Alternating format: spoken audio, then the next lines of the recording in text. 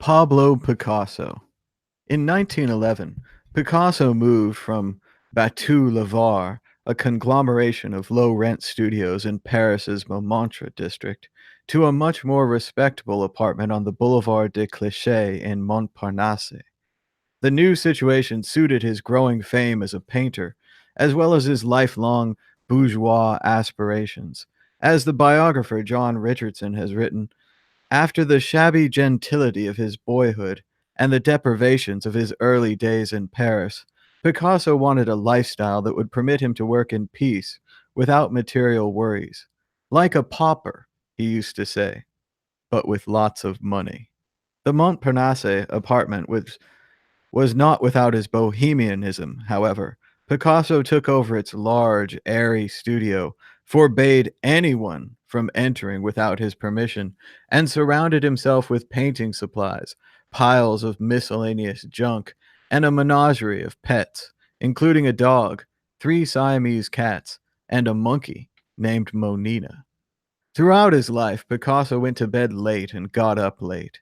At the Boulevard de Clichy, he would shut himself in the studio by 2 p.m. and work there at least until dusk. Meanwhile, his girlfriend of 7 years, Fernande, was left to her own devices, hanging around the apartment, waiting for Picasso to finish his work and join her for dinner. When he finally emerged from his studio, however, he was rarely good company. He rarely spoke during meals. Sometimes he would not utter a word from beginning to end, she recalled. He seemed to be bored when he was in fact absorbed. She blamed his chronic bad mood on diet, the hypochondriacal, I guess, hypochondriacal? I don't know. Picasso had recently resolved to drink nothing but mineral water or milk and eat only vegetables, fish, rice pudding, and grapes. I can dig that. Simple diet, that's the way to go. Picasso would make more of an effort to be sociable if guests were present, as they frequently were. He had mixed feelings about entertaining. He liked to be amused between intense periods of work, but he also hated too much distraction. At Fernand's suggestion, they designated Sunday as At Home Day, an idea borrowed from Gertrude Stein and Alice B. Toklas, and in this way managed to dispose all of the obligations of friendship in a single afternoon. Still, Richardson writes, the artist veered between antisocial sulking and gregariousness. Painting, on the other hand, never bored or tired him. Picasso claimed that even after 3 or 4 hours standing in front of a canvas, he did not feel the slightest fatigue. That's why painters live so long, he said. While I work, I leave my body outside the door, the way Muslims take off their shoes before entering the mosque. Oh, hello. I didn't see you guys come in. Welcome to Bitcoin Talk Show. I was just reading Daily Rituals. I was reading about Pablo Picasso and what he would do every day, how he would work. I particularly like the part about Picasso's limited diet. That sounds good. I'm mainly into chicken these days. And then I also like the part about the open home day. That's a good idea. And being cranky after he's done working or being still absorbed in the work.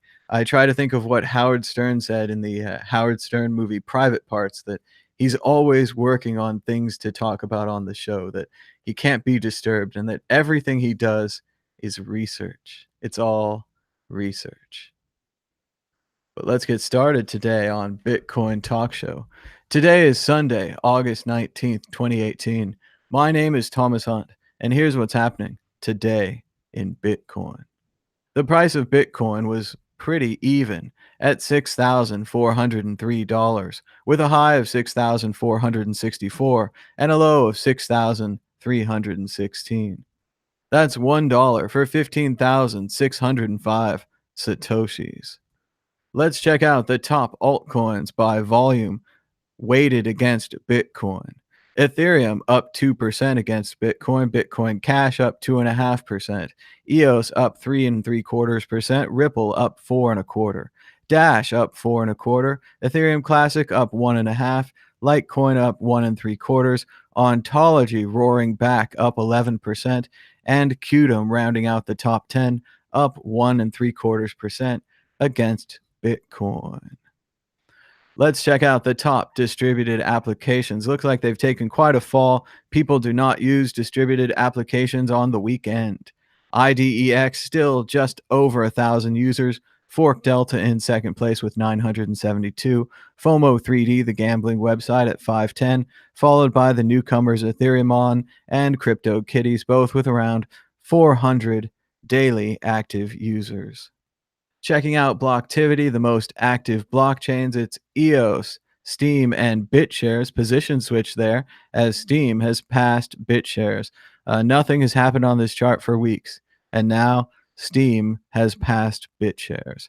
Ethereum falling into fourth place, followed by Bitcoin, which has a 36% capacity, whereas Ethereum is always full at 100% capacity in the top 5 most active blockchains. As always, you can support the World Crypto Network by donating Bitcoin or crazy altcoins accepted by Trezor to this addresses on your screen right now. You can also support us at patreon.com/WCN, where 32 patrons have donated $239 each month to support this show. Meanwhile, over at Mad Bitcoins, we got a new patron. We're up to 81 patrons and $494, tantalizingly close to that $500 a month barrier. Can we do it? Will someone subscribe at $6 a month to support Mad Bitcoins and the creation of this show? Also, we've had a donation on Tallycoin. This just in. Donor 0.02 and donor 0.0019126. Thank you so much for your donations.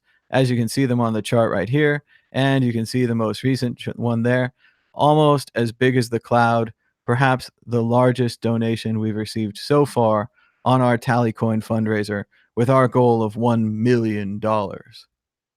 As you can see, we are 0.03% of the way there, up from 0.02. We've moved an entire 0.01. Impressive. And the World Crypto Network has 60,850 subscribers. We've had the hardest time getting over this 61,000 subscriber barrier. We have been in this 60,000 for months now. As always, you can subscribe down below. It's free. You just need a YouTube account. And if you hit this bell, you'll get notified about every video. It's amazing. Yesterday, we had 2 shows on the World Crypto Network. We had Max Hillebrand with Reed Rothbard, Use Bitcoin. What's up with these blockchainers? A nice 16-minute show, easy to watch. And we had Bitcoin Talk Show, the 2-hour masterpiece. Listen to a little, listen to a lot. It's fine with us on Bitcoin Talk Show. Yesterday, we got 173 likes. Very cool. Very close to the 200 like barrier. And 1,255 views. The more likes we get, the more views we get. So thank you for your support. We've also got yesterday's comments. Yesterday's comments. Crypto Airy writes, I love it when you read to start. Oh, thank you. Christian Anthony, just like the butler in The Shining who is able to correct his 2 daughters, we must be able to, was that the bartender? You know what I mean. I don't know. It sounds like Christian's stuck in The Shining there. Great movie by Stanley Kubrick.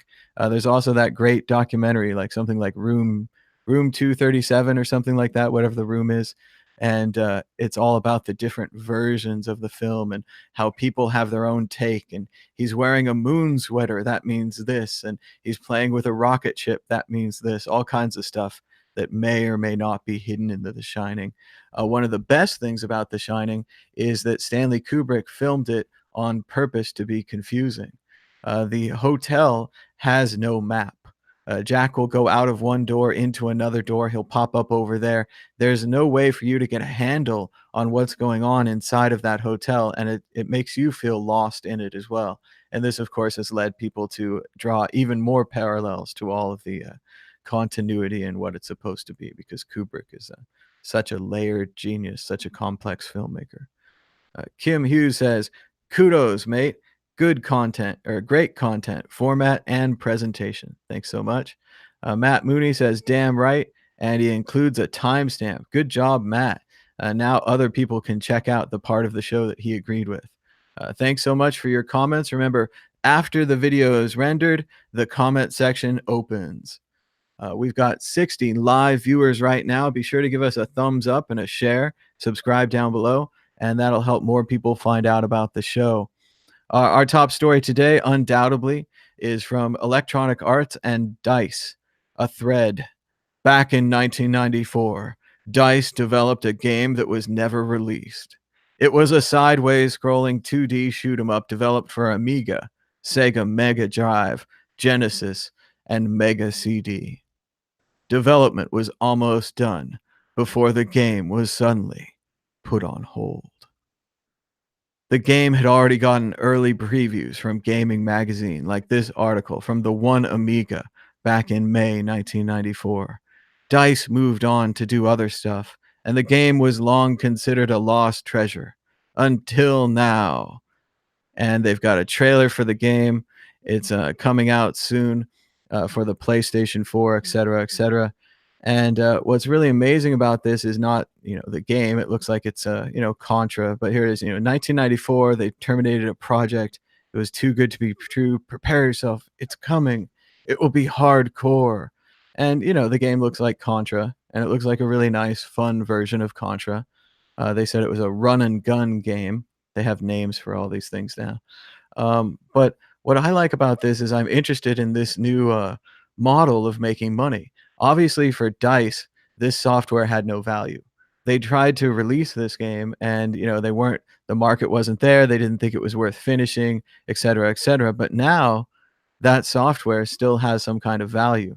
I don't know what Real Strictly Limited is, and the enthusiasts behind it. But I imagine Strictly Limited read this story and bought the original code of this hardcore game. Then they went on and they recreated it and they repaired it and they finished it or whatever. It's interesting to me that this old software has such value. And I wonder if there's other old software out there. There was a game called StarCraft Ghost. That never came out. I wonder if that will come out. It took them, 10 years to come out with Duke Nukem Forever, right? There's just so much software out there. So I think it's really interesting that old software is starting to have value again. And kind of the retro software craze. People are selling games to old people now, and old people want to play this kind of side-scrolling shoot-'em-up game. So I just thought that was a really interesting story from 1994, Project Hardcore. And now back to the serious and important Bitcoin news. As Andy Hoffman says, wow, this is one of the biggest monetary stories in memory and the principal reason Bitcoin was invented. Venezuela in chaos after Maduro announces massive 95% devaluation and a new FX rate tied to cryptocurrency. This is from Tyler Durden at Zero Hedge, so it's probably going to be a little sensational. Let's see what he's got. Chaos and confusion erupted across Venezuela, and most stores were shuttered on Saturday after President Maduro announced that the government would enact a massive currency devaluation, implement a new minimum wage, hike taxes, and also raise gasoline prices for most citizens, even as the country struggles with the greatest hyperinflation on record, surpassing even that of the Weimar Republic. As a result of the enacted actions, a new version of the bolivar will be pegged to the value of the state cryptocurrency, the Petro, according to Bloomberg, announced to a 95% devaluation of the official rate and will trade in line with where the black market was. The government will also raise the minimum wage more than 3,000%, which works out to $30 a month. Obviously, a major move in Venezuela. Things are happening.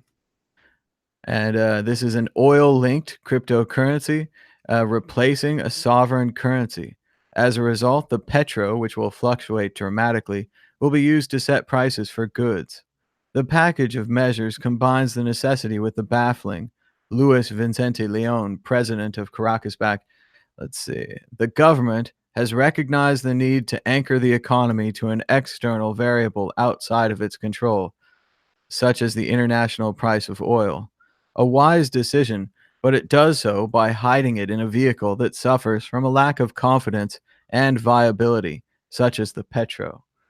So this seems to be really happening. There's another article from Bitcoinist. Venezuela inflation tops 100,000%. Bitcoin now costs 60 million bolivars.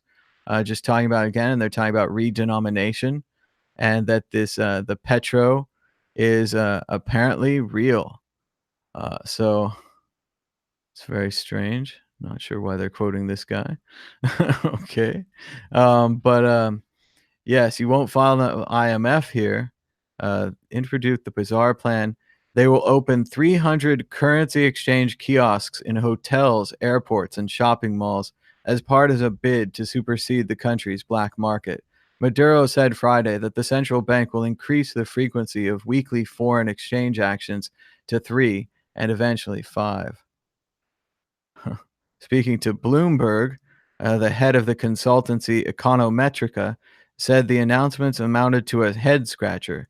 This series of measures is a mix of incoherent and contradictory ideas. It is a worrying contraption that generates a lot of uncertainty about how it will be executed.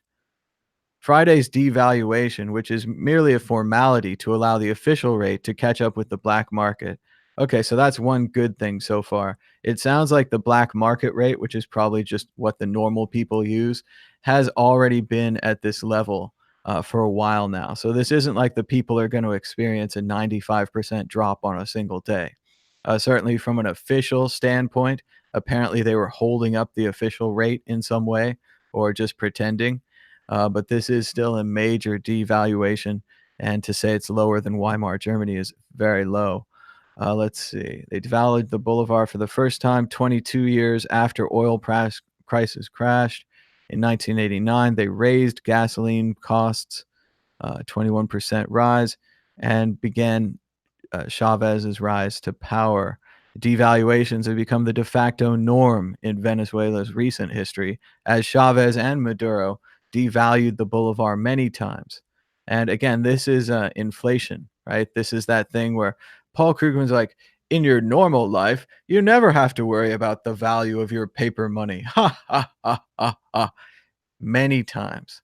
Again, once governments get this tool, they have no choice but to use it. Our government uses it to print money and to buy things. Their government uses it to print money and buy things. They have no choice. He devalued the currency several times, including by 32% in 2013, a month before his death. Maduro allowed the bolivar to devalue 80% in currency auctions in February. So this is a relatively normal thing for them. Not exactly. The result has been galloping hyperinflation. And according to Bloomberg Cafe Index, which tracks the price of a cup of coffee, inflation in Venezuela has hit an annual inflation rate of 108,596% and is on its way to 1,000,000% in inflation. This is unbelievable how much you would be paying for a cup of coffee in Venezuela. Doesn't even fit on the screen. The announcement led to even more confusion within Venezuela. Shoppers arrived on a supermarket to stock up on goods, but a security guard shooed them away. The supermarket is now closed. The shelves are almost empty because of the number of people who came in early today, said the guard, identifying himself only as Luis, as he tried to manage the crowd. Some gas stations were closed, and others had long lines. Meanwhile, Maduro failed to offer more details Friday of the country's new gasoline price system, saying that he wants a plan that includes direct subsidies to registered public transit operators and individual vehicle owners. Those not registered won't receive a subsidy and will have to pay international prices. Drivers have until August 30th to register for the subsidy. Venezuela would save $10 billion through the new fuel price system, according to Maduro. Besides the minimum wage tax, the value added tax and on luxury items is going from 16 to 12%. It's going down. Oh no, sorry. I'm sorry, they've made a mistake. I think it's from 12 to 16%. They say that he raised it. A tax on financial transactions would range from 0 to 2%.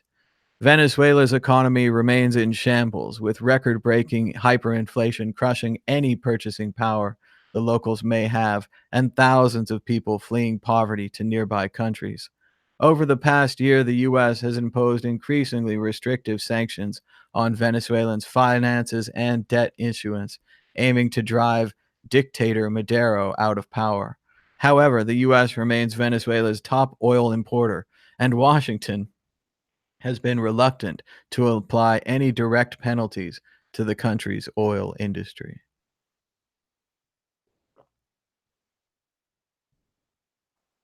Maduro's actions come as unrest grows on the collapse of the economy, including a foiled coup attempt and drone attack on Maduro. In May, scores of highly decorated servicemen and women unsuccessfully conspired to launch a palace coup and put the socialist president on trial. Earlier this month, Maduro survived what the government claimed was a drone attack as an explosive laden devices were detonated during a military parade. Meanwhile, Venezuela is now in default on more than $6 billion in bonds after its government missed a principal payment on one of its bonds for the first time this week. The missed payment, while hardly a surprise for investors, confirmed that creditors are unlikely to get much, if any, of their money as the overdue payments pile up with no resolution in sight to Venezuela's collapsing economy, cryptocurrency pegged Bolivar notwithstanding. Very interesting story from Zero Hedge about Venezuela, which announced a 95% devaluation, a new financial rate tied to the Petro cryptocurrency. We'll be talking about this more in the chat section shortly. Venezuela, Venezuela. And now a message from Marcus Aurelius. Reading widely allows you to be in conversation with the greatest minds of history. What would Cicero think? How would Nietzsche respond to that? Where would Wilde find a joke in this? The mind is peopled with those you welcome into it. And let's get it started today. Let's talk about Venezuela. We're joined by Nico, who may or may not have just heard that Venezuela has announced a massive 95% devaluation and that they're doing this to tie themselves to this new cryptocurrency called the Petro. This is the first oil backed cryptocurrency. Uh, it's pretty exciting. Maybe not what we wanted. Maybe we didn't want it from Venezuela in the midst of a crisis, but still interesting. Also, just interesting that they're so into crypto. So we want to go ahead and open up the phone lines right now if you'd like to call us about Venezuela and chat with me and Nico. Otherwise, I'll keep doing the news. But you can give us a call now at 518 600 1949. We've also got the international calls open for Skype on a World Crypto Network, all one word. We're taking your calls. And we're also going to do the news. So let's just keep doing the news. Remember this read widely. That's a good idea. And we were going to talk about gerrymandering and the 10-year nightmare that has fallen over Congress in the United States. Whether you're on the right or on the left, you have to understand how in 2010, the Republicans redrew the maps so that the districts would be 55-45 Republican in many cases and 60-40 Democrat in the other case. What this did is it led to a system where both parties became more extreme and less likely to compromise, because the only one who can challenge you in a 60-40 district or a 55-45 district is someone who is more right-wing than you or someone that is more left-wing than you. Therefore, if you want to win your primary, which guarantees you a win in your rigged district, you need to be more right-wing, more left-wing, and never compromise. This has led to pretty much the destruction of the Congress in the United States, and it all starts almost 10 years ago with the plan called Red Map to rewrite the maps. They used computers. It's the most advanced gerrymander in history, incredibly well financed, great plan. and it worked. People say it's fake news, but I'm very sorry. You can read the facts here, whether you're a right-wing person or a left-wing person. The Republicans launched a huge plan in 2010 to redraw the maps. Hello, caller. You're live on the World Crypto Network. What's your name and where are you calling from? Oh, hi, Thomas. It's just Zach here from Christchurch. Hi, Zach. How's it going down there in Christchurch today? No, let's try to turn my phone on speaker. Just bear with me. Oh, yeah, that's better. So what do you think about Bitcoin and Venezuela, everything that's going on today? Well, the first thing I'd like to say is, even though I'm here at the bottom of the earth pretty much, I think Texas should vote Ted Cruz out. Oh, I did not expect a political opinion from Australia, but we're getting one. So New Zealand, Thomas, New Zealand. New Zealand. I'm sorry, I was very off. I was close, but you're right. Down there, all the way down there. So what do you not like about Ted Cruz? Go ahead, let him have it. Yeah. Oh gosh. Well, I was really interested in the American political system, so I watched the whole election race up until Donald Trump becoming the president. So I watched all of the, Carly Fiorina, Chris Christie, just all of them. Ted, Ted Bush. Is that right? I think it's right. But I was watching all of them, and Ted Cruz was there debating, and just some of the things that came out of his mouth. I can't really think of an example, but just he just came across really awful and really disingenuous, and he seems to use really awful tactics and lies in his his election campaign adverts. And I just didn't really like some of the lies he spread. I think in Iowa there were a few things going on. I just didn't really like that. Yeah. Well, the funny thing about Ted Cruz, say what you will about him, but recently he's on the side of Donald Trump, which is really a surprise if you go back and listen to his old statements. He was one of those never Trumpers, and Trump attacked him viciously, attacking his wife, attacking his family, spreading a rumor that his father killed John F. Kennedy. I mean, Trump did all the horrible things a person can do to Ted Cruz, and Ted Cruz still is a flexible enough politician that he can say, well, Trump's on top right now, I better stick with the boss. And that's another more craven and despicable act by Ted Cruz. But absolutely, and all the horrible things he said about his Donald Trump said about Ted Cruz's wife. So I just think, some people will do anything to get elected. And he's actually, I think it's like pretty much 50-50 with him. I think the other dude is Beto or somebody. And he's very liberal for America. And he's actually doing really well, because I think people just really don't like Ted Cruz. And even his co-workers, like there's, they said if Ted Cruz got murdered on the floor of the Senate and the trial was in the Senate, no one will convict, I've heard he's very unpopular. Moving on from him, so I'm really hoping, the world is rooting for Ted Cruz to lose. I really believe that. But Venezuela, that is a mess. And last thing I heard, they were using their money to actually make bags and things out of to sell for any other kind of currency out there. So arts and crafts. Arts and crafts. Yeah, that's crazy. I don't know if his way petrodollar will work out. I mean, he's done deals and he's made promises about Venezuela's oil supplies in the past, and it's really come to naught. I don't really know if he's got the credibility to actually say, hey, we are actually pegging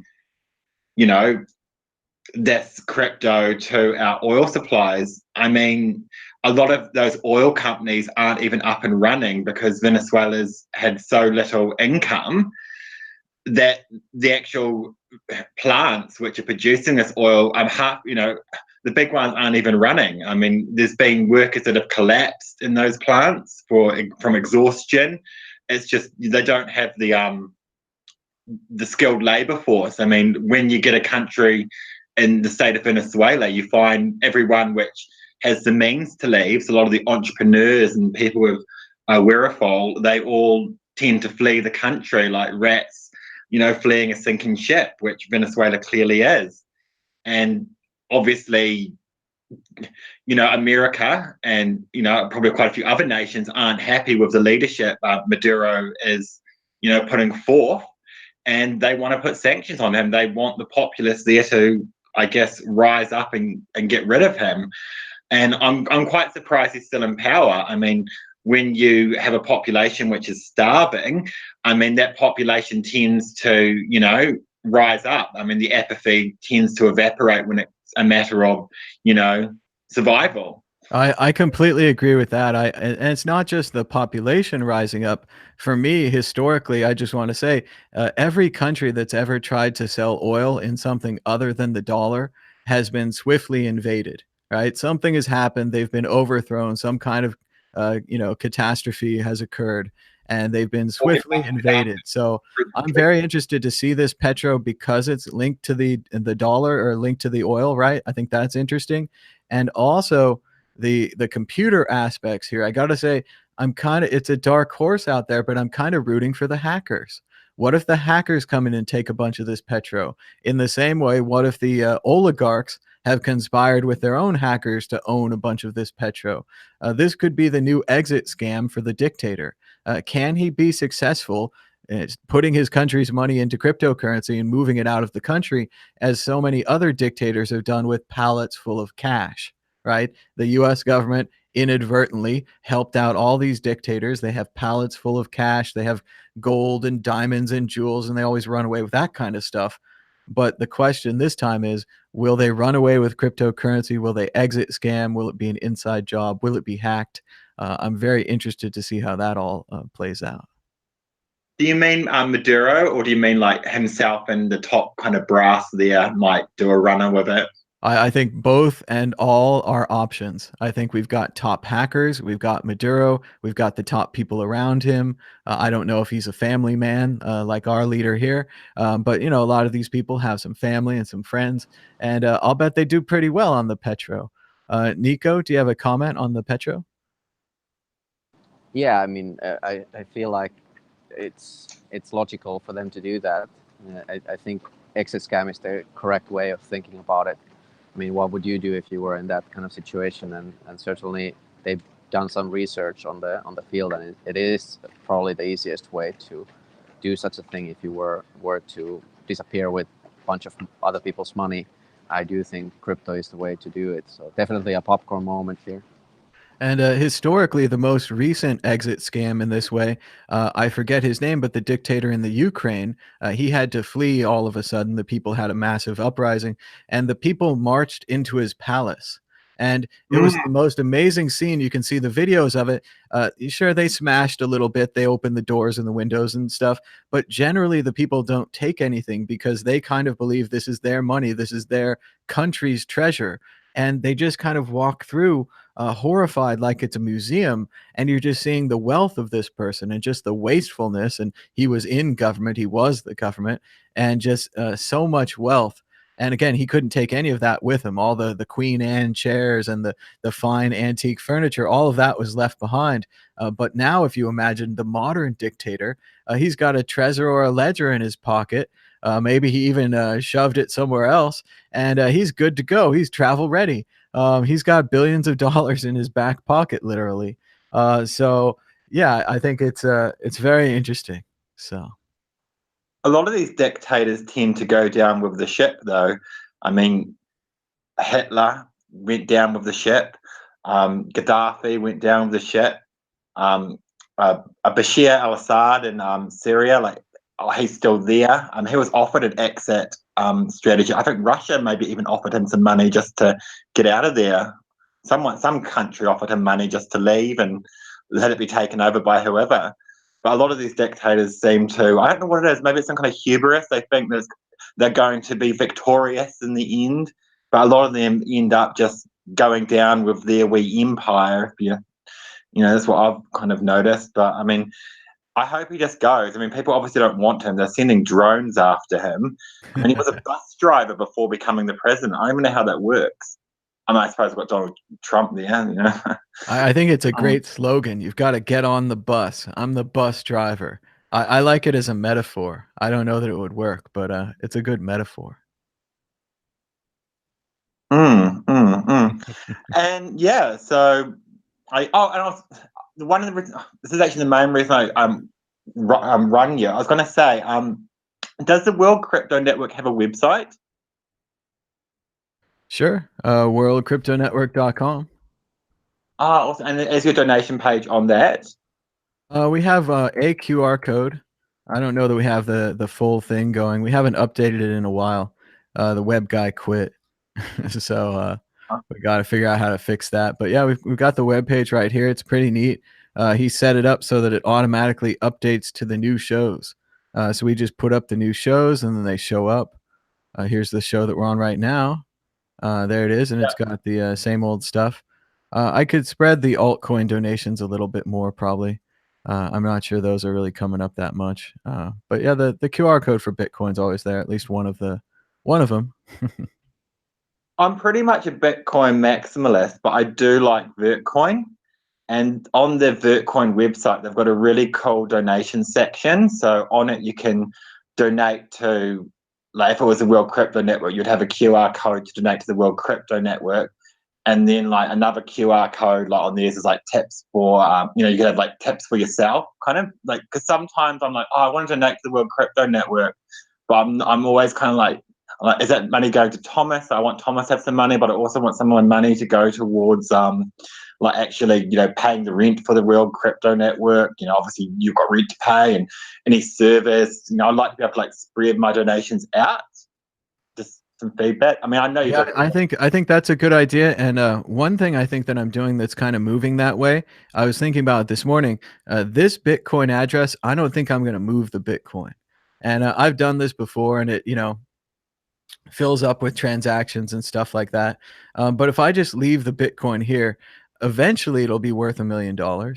It might take a long time, but just in general, I think eventually it'll go up. So this one would be more like the World Crypto Network, like let's rent a studio, let's hire people, like get someone to edit the old content, get someone to come back in and do stuff and all that. And then all the other addresses are just kind of like donate money so I can pay rent and so forth. I think the patreon.com is a really good idea too, because it's split to World Crypto Network and to Mad Bitcoins. So you can subscribe to either one or to both. But yeah, just in general, we're trying to move it forward here and, make money and talk about Bitcoin. And that's the plan. So. On the you should check out the Vertcoin donation page. Like, it's very psychological, mate. I mean, Vertcoin is being run out of like the developers are actually at MIT. So I don't know, maybe they've got a psychology department on board, but it's a very like well done donation page, and they even have like monthly targets. So yeah, like it kind of encourages people to kind of put the money. They're like trying to get this many that month. But I know you're doing it all. I mean, the best way to be in business is to be in business, and you're in business, Thomas. And I always say, don't despise the days of humble beginnings, because that's how you move forward. Like when people fail is when people try to spend so much money up front, and you don't need to do that. You can start with like you've done, just in your rented space there. You've got your microphone, you've got your desk, you've got a good production value, and you're just slowly moving forward. I mean, if you start at the top, there's nowhere to go. And I really think that it's great being able to hear really informed people. Andy Hoffman, like, I mean, I really enjoyed the interview he did with oh my goodness, sorry, it's really late here, it's like 4:30, but what's his the Mayor Multiple guy, oh god, Trace Mayer. Trace Mayer, how can I forget Trace Mayer? Sorry, it's really like, yeah, I really enjoyed that interview. Yeah, I just love the guests that you have on, and yeah, I just really love to be able to like split my donations, so I can like say, hey, here's some money for Thomas to do whatever he wants to do with it, save it, whatever, and I'll give my other half of the donation to to supporting the World Crypto Network. So yeah, I just wanted to tell you that, and let you go and let someone else call through and maybe hear their thoughts on, how they'd like to maybe do donations and things like that. All right. Thanks so much for your call. And just a reminder that anyone can start their own Tallycoin campaign at tallyco.in. You just bring your own Bitcoin address, plug it in there, say how much you want to raise. And part of the reason that we're raising $1 million is because it seems impossible. So since we put up this thermometer here at the bottom, it says 0.03% towards our goal. It used to say 0.02. And before that, 0.01 and 0 entirely. So we're getting closer to our goal. So it's for everybody. But thanks so much for the call. We're going to open up the phone lines again. We've got the phone number 518-600-1949, or you can call us on Skype at World Crypto Network. Remember, it's just kind of first come, first serve. So once we have a caller, that's when it's time to stop calling, at least until the next call is open. Remember to have maybe headphones or a quiet room. You can just use your phone to call. You can get Skype on your phone. That's a great way to do it, so you don't have to install your microphone or have any stuff like that. And turn your speaker down. Hello, caller. You're live on the World Crypto Network. How's it going, Jose? Hey, how's it going, Thomas? How's it going? A beautiful, happy, lazy Sunday today, right? Yeah, it's nice. I was listening to the Velvet Underground and having a great morning. Yeah. Just wanted to call in and talk a little bit about the Petro coin. I noticed that you brought it up in conversation, and I was trying to call in. I was just waking up, making my coffee, and I didn't have time to call in. But yeah, well, I'm here, and yeah, I would love to talk about the Petro coin a little bit. I don't know if you want to lead the way a little bit, and we'll go from there. Well, sure. It's Venezuela is devaluing their currency 95%. They're linking it to a Petro or oil-backed cryptocurrency. It's pretty exciting technologically. As we were saying with the last caller, it might be a great way to exit scam if you're a dictator. You can fit a lot of cryptocurrency in your pocket. And historically, everyone who's ever tried to sell oil in something other than a dollar has ended very badly. So what do you think, Jose? Good for the people, bad for the people, interesting, all those kind of things. I think amazing for the people, and I think we're looking at it the completely wrong way. So, as the caller was saying, an exit scam for the dictator. This ain't no exit scam. If anything, this is an exit scam for Venezuela from the U.S. dollar. That's all this is. This Petro coin, all the Petro coin is something to circumvent the dollar. Right now, the Bolivar, just like every other currency in the world, is pegged to the dollar. And like you were saying, Thomas, every single time that a country steps away from the dollar and they peg their currency to gold, to oil, to anything, what happens? The U.S. comes and pays them a visit with a little bit of democracy. So what this guy's doing is he created this coin that is going to be attached. Each Petro is going to be attached to one barrel of oil. So that means that each Petro is going to be valued per barrel of oil. So that right now, as it stands, is going to be around $60 US. And what from what I was reading and understanding, all of a sudden now, starting tomorrow, every single all currency is going to lose 5 zeros. So, for example, a cup of coffee. I didn't put the camera on because I'm in my skeebies out here in my underwear. But anyways, a cup of coffee in Venezuela on Friday was 1 million bolivars. All of a sudden on Monday, it's only going to be 10 bolivars. The minimum wage, like someone was saying, is $5 US. As of Monday, it's going to be $30 US, and it's going to climb gradually as the price of oil and all this stuff, gets priced back in, to regular pricing. And it's another thing is that the whole thing with what's going on is that all Venezuela is doing is trying to make a currency for the people so that the people can function, so they can function, their economy can function, so they can work, so they can go back to their daily lives. Right now they can't, and people always miss the questions like, well, why does Venezuela's why is their currency hyperinflated? Listen, the only reason it's freaking hyperinflated is because of the US dollar.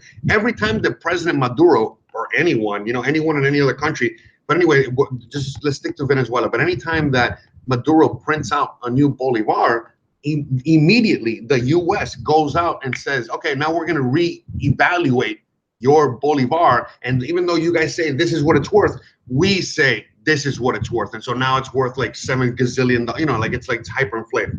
So by Maduro literally stepping away from the dollar and saying, okay, what we're going to be doing now is that we're not going to value our currency in dollars anymore ever again. We're only going to value our currency in this new coin. And what's going to give this coin value is our oil and our resources. Now, again, the oil is something that is priced on the open market. So, when it comes to like the Petro coin, what's going to give that price of the Petro coin is going to be the open market. So right now, you can go online to the Dow or whatever. Just go to oil futures, the oil price, and whatever a barrel of oil is going for, that's what the Petro is going to go for.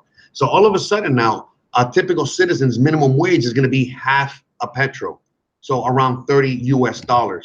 That's a lot of money for someone living, you know what I mean? Like outside of the US. And so, but doesn't this wreck everyone who came before them? If we were starting out at zero, and if you had no money at all, then sure, tomorrow's great for you in Venezuela. You've got the Petro, you can get a little bit of money, right? And maybe you can hold it. Maybe you don't have to spend it right away for goods. But doesn't this wreck anyone who has any savings, anyone who owns any land, anyone who owns anything? The Petros, no one's going to use the Petro on the open market. It's just a token. It's just a thing to give value. It's like the Petro yuan. No one's using the Petro yuan except, actual China and like other big countries trying to move money around and give value and stuff like that. It's not, no one is going to use a Petro coin. People are going to be using the Bolivar or their new Bolivar, whatever new Bolivar they're going to issue on Monday.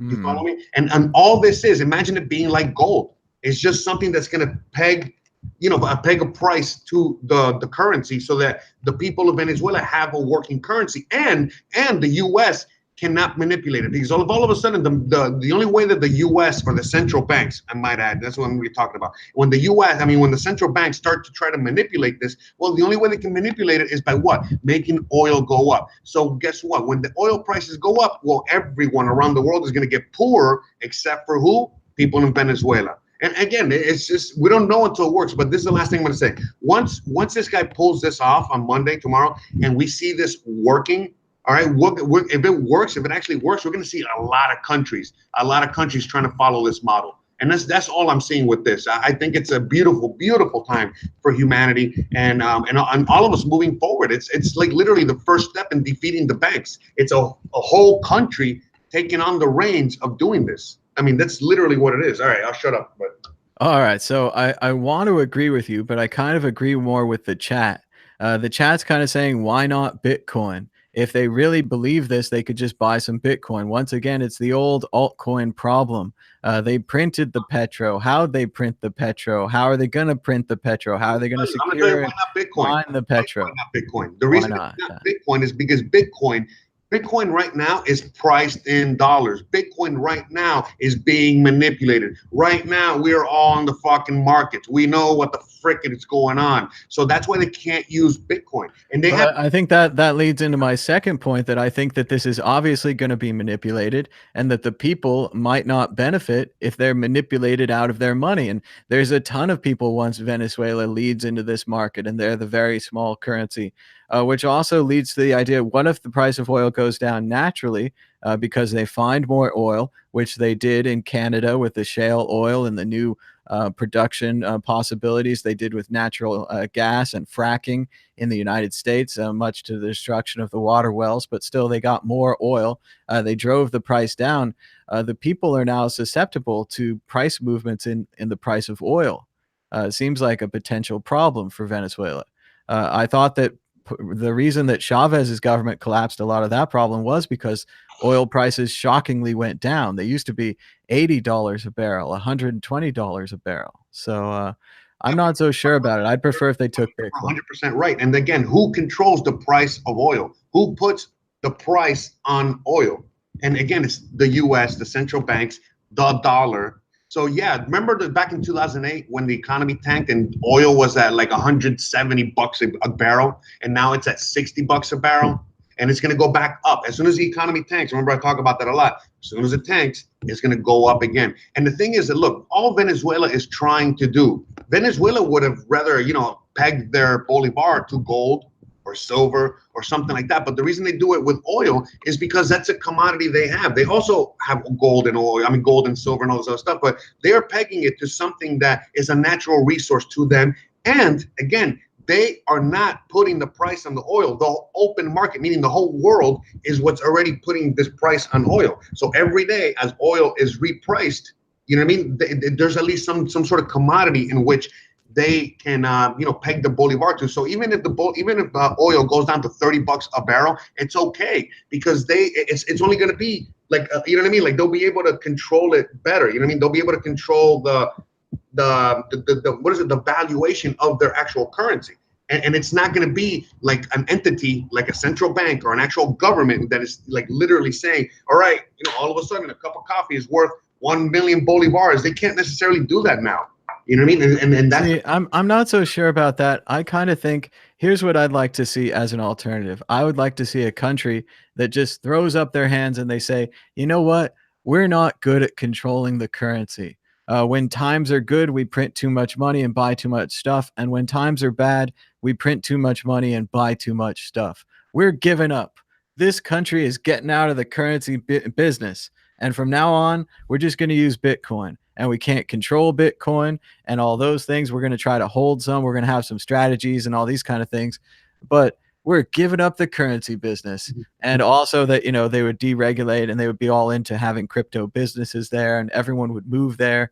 And it would be a wonderful crypto utopia, unlike, kind of like Puerto Rico, but not really like them. But let's get Nico in this. What do you think, Nico? Can we have a crypto utopia, or is the country always going to print their own money first?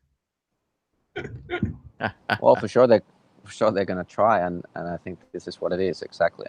And many people have been predicting this, that the first step on the crypto mainstream would be the government, like state cryptos, and I think this is the probably one of the first ones. And I do think it's good in a way that these options are explored, but once they start failing, I think the first countries will be moving to the stable one, which is the Bitcoin. But of course, the downside is that you can't control it. So I think it will take longer than we may think. There might be quite a long time with these alternative state currencies that will be maybe cryptographically backed or not, but certainly will be controlled by a central party. And I think this goes to a good question of, will the Petro make Venezuela more likely to accept Bitcoin or less likely? What if it blows up in their face really badly? It gets stolen from, it gets wrecked, the hash rate crashes, it doesn't work technically, or the people steal it or something like that. Are people going to be burnt by crypto? Or are they going to be like, that was really cool, but not quite it. Maybe we should try Bitcoin next. What do you think, Jose? Thomas, right now people are being burned by fiat. What do you mean they're going to be burned by crypto? All these. This is a government-controlled, state-printed crypto. It's a state-printed altcoin for all we can see. It doesn't have the authority of Bitcoin. Yeah. All the Petro is, guys. Again, I think we're not looking at this the right way. All the Petro is just a token, okay, with a price. Okay, that's all it is. It's not like an actual currency that is going to be being used. It's like something that they are going to, again, use as a token to put a price on, and then from that, imagine like gold, like the gold standard. It's going to be the Petro coin standard in Venezuela, and that's what I'm saying. Like, what's going to happen with this is that if this works, then other countries will be able to use this as a template. We're only watching like a beta version of this right now. There's so many countries around the world that would love to get away from the dollar, and that's all they're trying to do with this. They're trying to circumvent this with the technology that we have today. Now, you ask, why can't they do it with Bitcoin? Oh, yeah, we already answered that. The reason they can't do it with Bitcoin is, again, because it's like Bitcoin is completely different. It's like if Venezuela were to use gold, like the gold standard. All they're doing is just creating, again, value. They're literally creating value out of what they already have. And then they are literally using the technology that we talk about all the time and that's the, this technology that's going to help push the future forward and humanity forward and get us away from central banks and all this crap. That's what they're doing. It's just that we're not looking at it because a lot of us, unfortunately, we're looking at a lot of news that is literally putting Venezuela as public enemy #1. But we're not. Look, for example, right now, I have no idea. I don't know if you guys know this. I don't think you guys do. But right now, Colombia is about to start a war with Venezuela. Right now, the United States wants to start a war with Venezuela, and we want to invade Venezuela. For what? For what? Because of what? Humanitarian rights? Are you freaking kidding me? Have you walked around LA, San Francisco, pick a city in the United States? Pick not only in the United States, but the atrocities that the United States of America has done to this planet, and yet we have the balls to say that, I don't know, that country over there is doing horrible things to their people, so we got to go and take over. Listen, the United States and the central banks want to take over Venezuela because they cannot even they have to forbid this whole thing from working. So look, right now in Colombia, which is Venezuela's neighbor, you can put it on the map if you want. Colombia just got a new president. This new president was put there by the United States of America in order to have to follow the U.S.'s agenda. And what is the U.S. agenda? Again, we want to take over Venezuela. So how are we going to do that? Well, the U.S. can't just go in there and march into Venezuela and take over. But if all of a sudden Colombia has a problem and Colombia wants to fight with Venezuela, well, and guess what? Colombia is our best friend. So we are going to go and help them in any way possible, AKA a proxy war. Look, you see the border right there. That's all the narco shit. I mean, again, I can really dissect that, but yeah, that's really pretty much what's going on right now. And it's a lot more complicated than what we really think. The central banks need to defeat Venezuela. Look, on Fox News about a couple weeks ago, they were like the mouthpiece for industrial complex, whatever the fuck, military industrial complex. She was saying that we need to take over Venezuela and take over Cuba because Cuba is now, helping Venezuela monetarily and helping them this and helping them that. And we need to go in there and start a coup, and we need to go in there and take over because how dare they and blah, blah. And I'm listening to this shit. And I'm like, bro, are these people really serious right now? Like, take over Venezuela, take over Cuba? What the hell are they talking about? But again, if you really know what's going on when it comes to currency, what's going on with the falling of the central banks, everything, it all makes sense. So when this guy has the balls to go out there and say, yeah, we're launching this Petro coin and we're going to do it and you guys can suck it and this is how we're going to value our currency and blah, blah, blah. Yeah, he's literally telling the United States of America, fuck, pardon my French, but you know what I mean?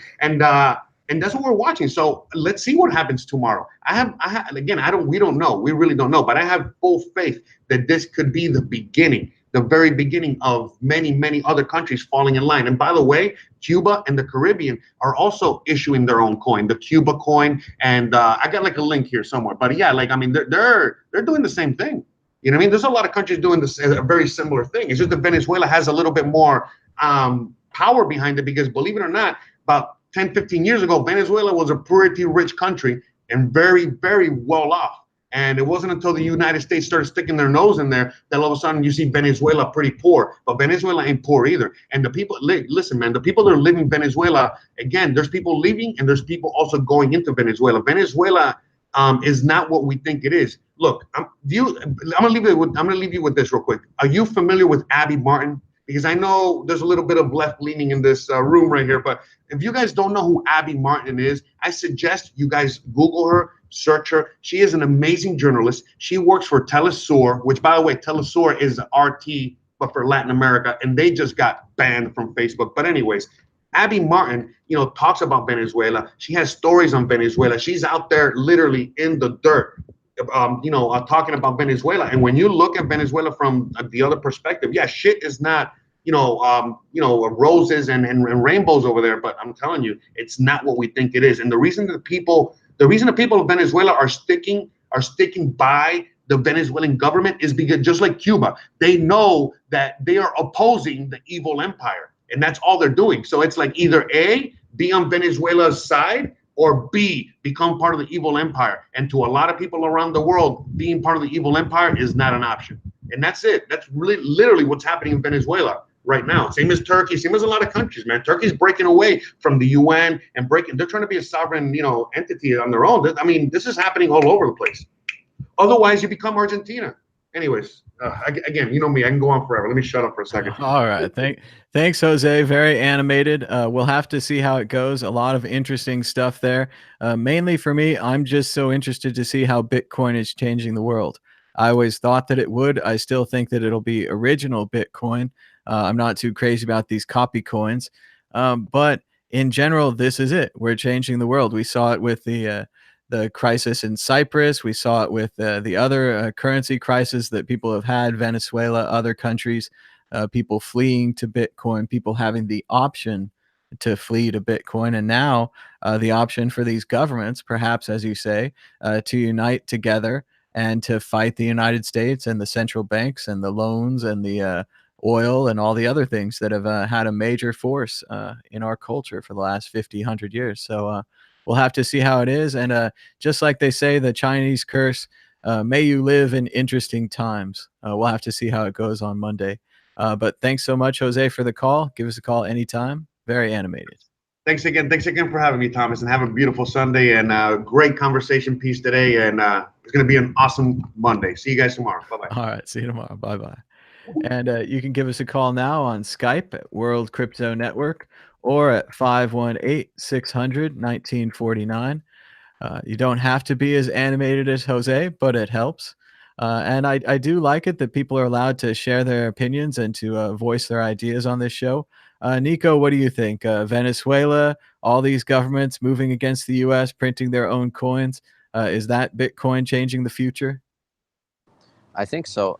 I think the adaptation of Bitcoin on nation state level is that the incentives are simply not there because they are looking for control. They're looking for ways to scam people out of their money, essentially. So I just don't see that.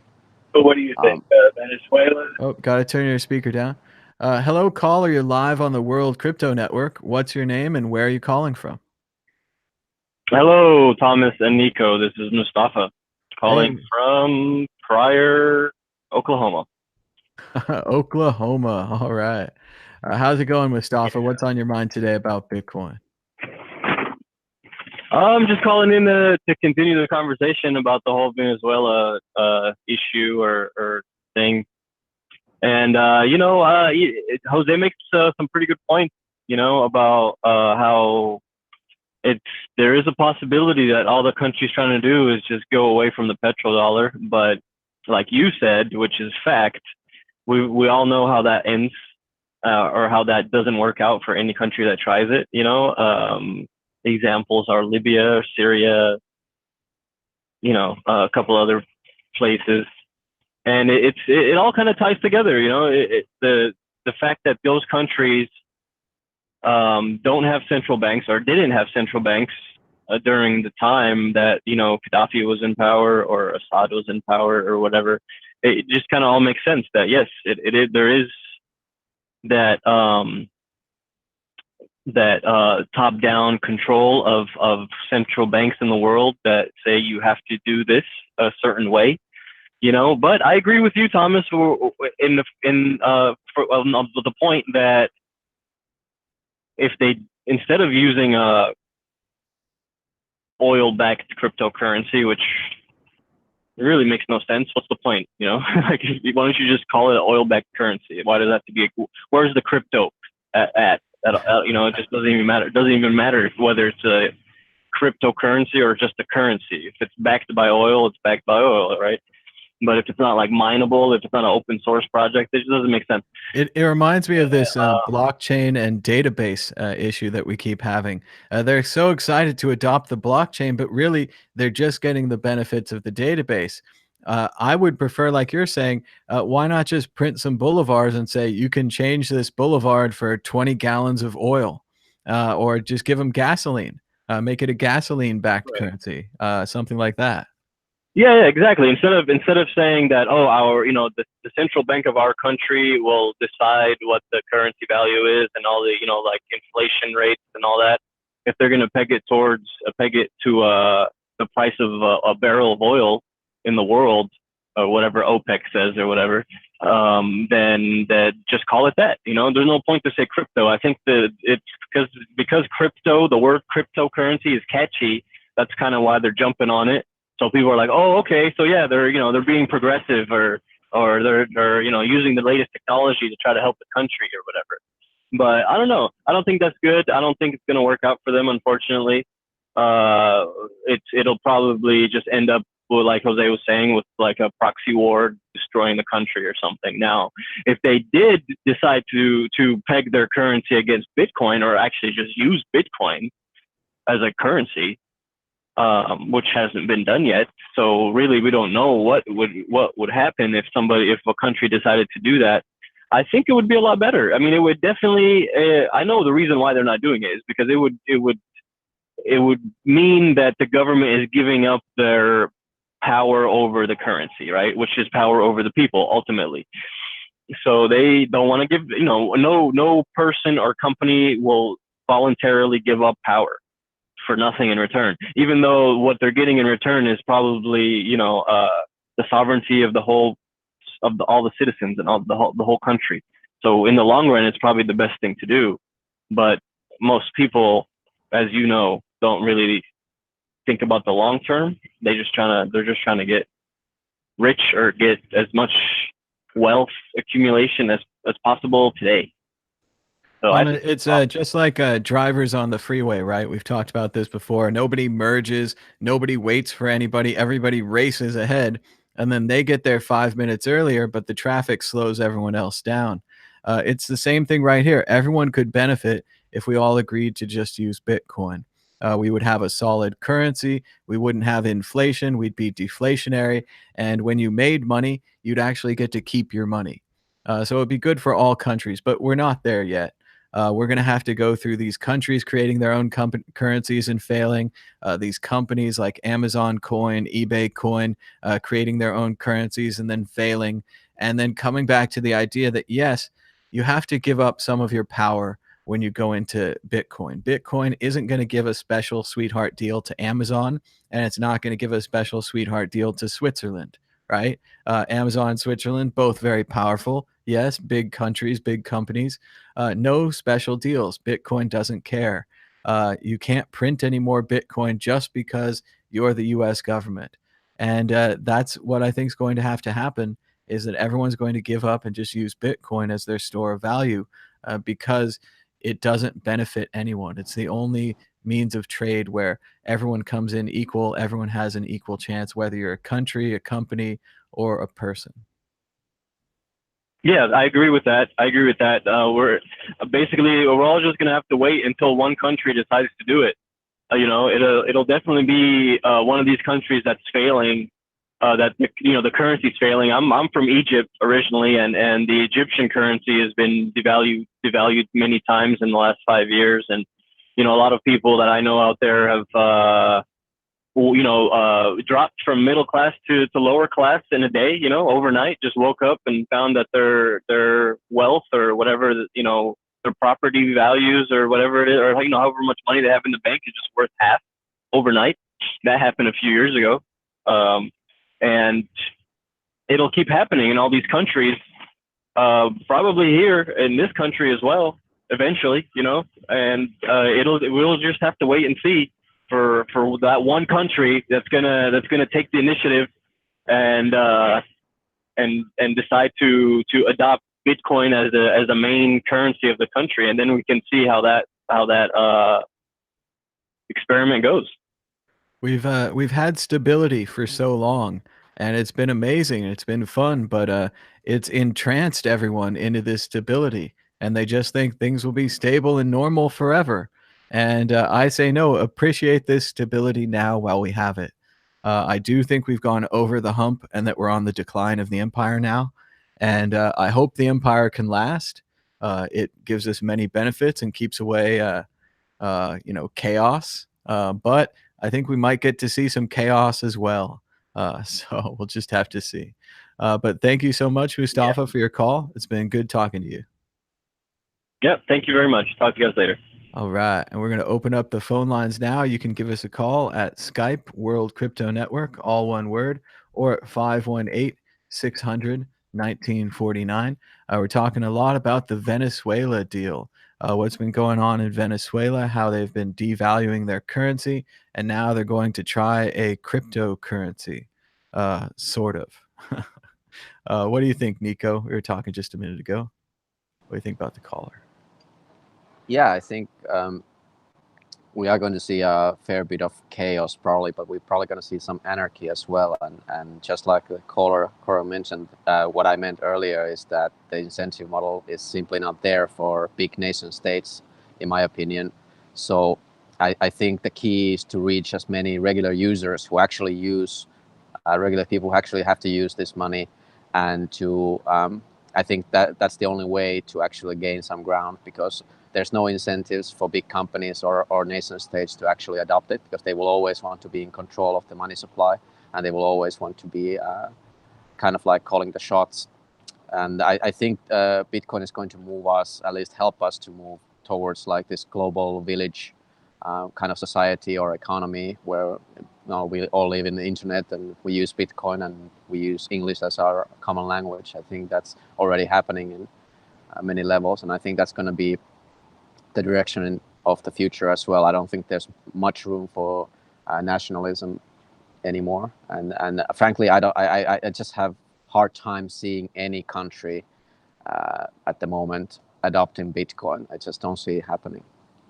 I agree. It gets rid of countries' power, so that's why they won't do it. It gets rid of their ability to print money and buy weapons for war.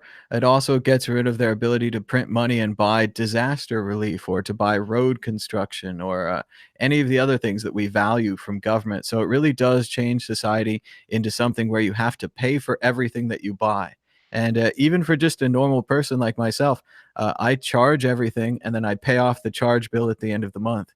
And if I charge too much, I'm in trouble, and I have to, eat less and, save money and whatever else, cut corners here and there, to make sure I can get back on board.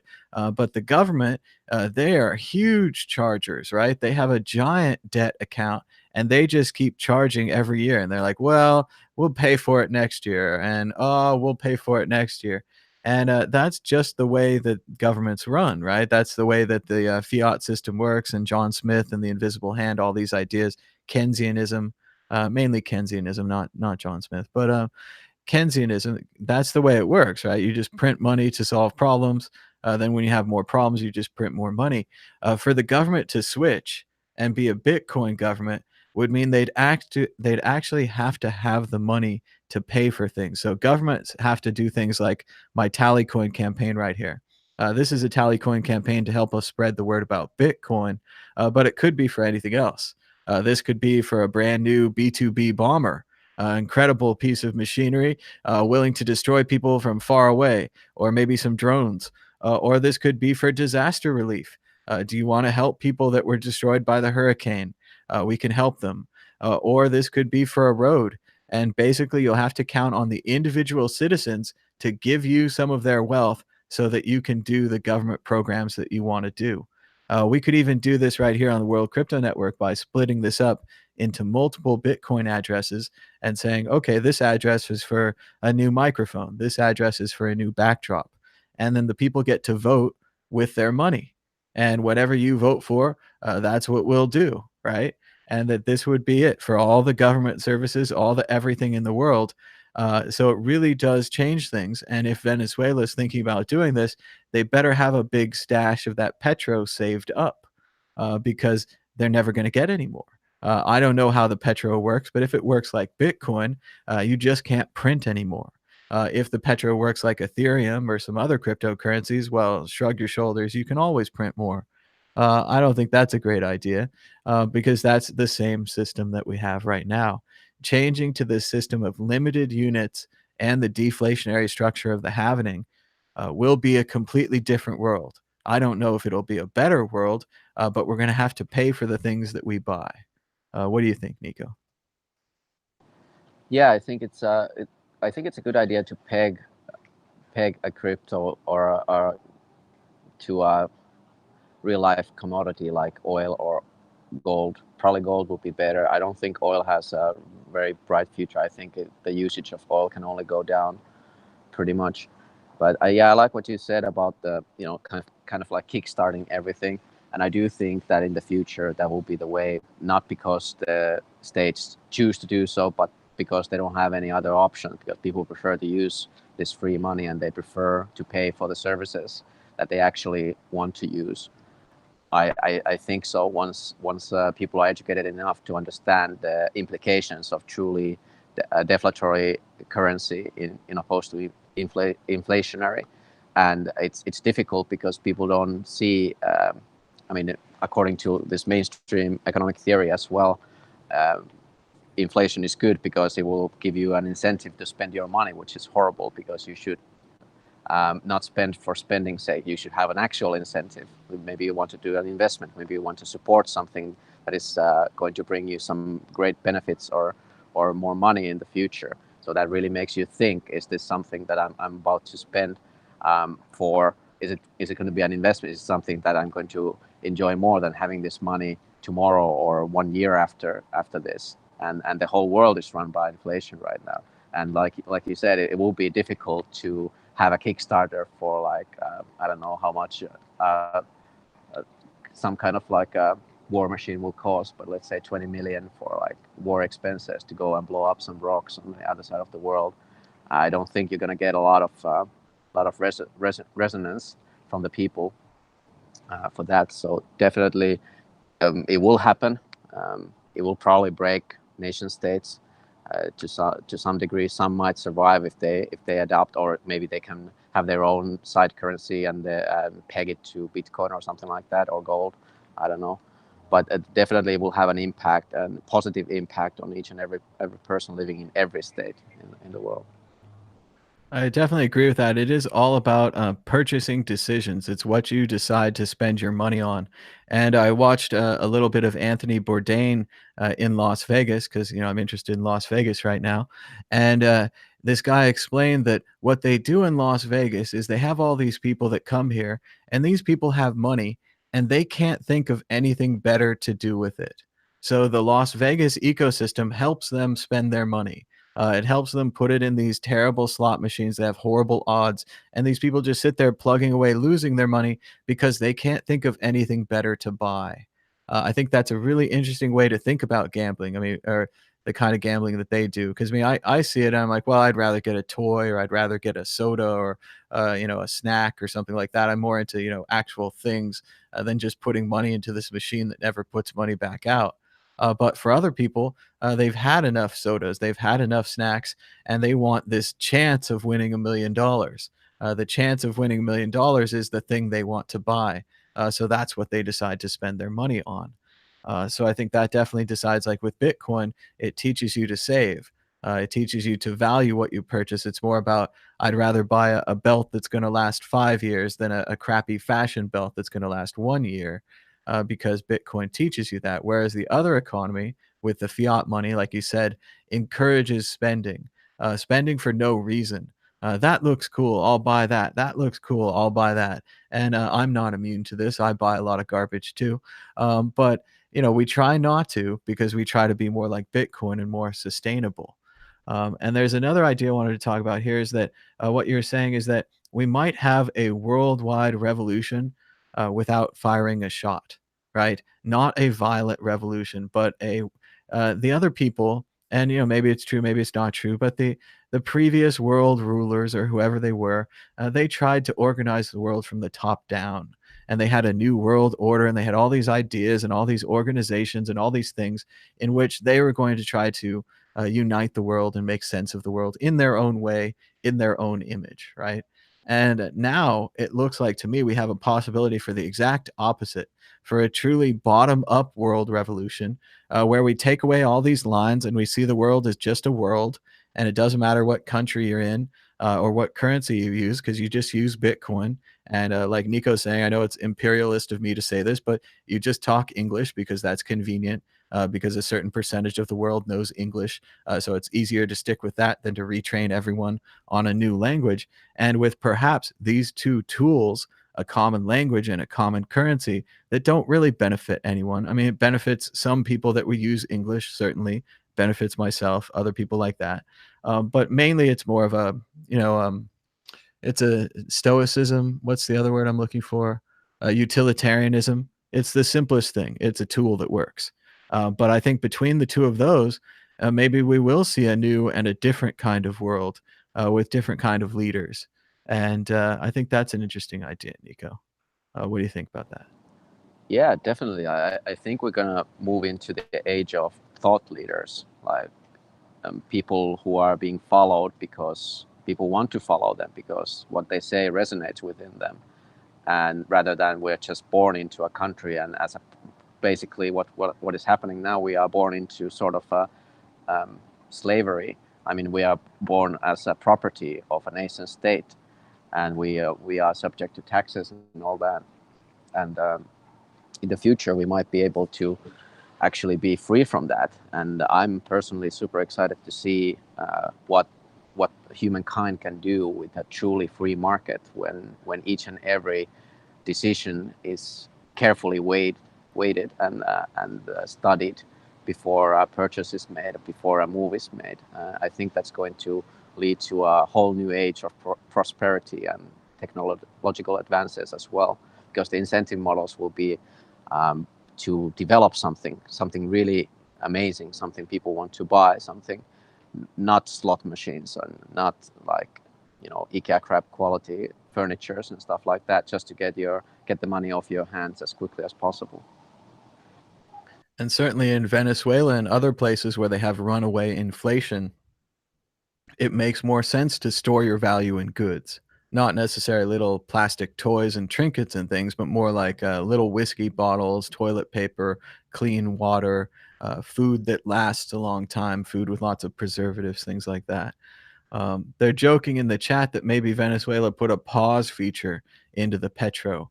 And you do have to wonder what would happen to the Petro if one of the Bitcoin whales reeled in and decided to buy some Petro. And if they even do have a cryptocurrency, if it is even a blockchain, if it is even on an open market, if it's not just a database or an Excel spreadsheet of that's where we keep our Petros.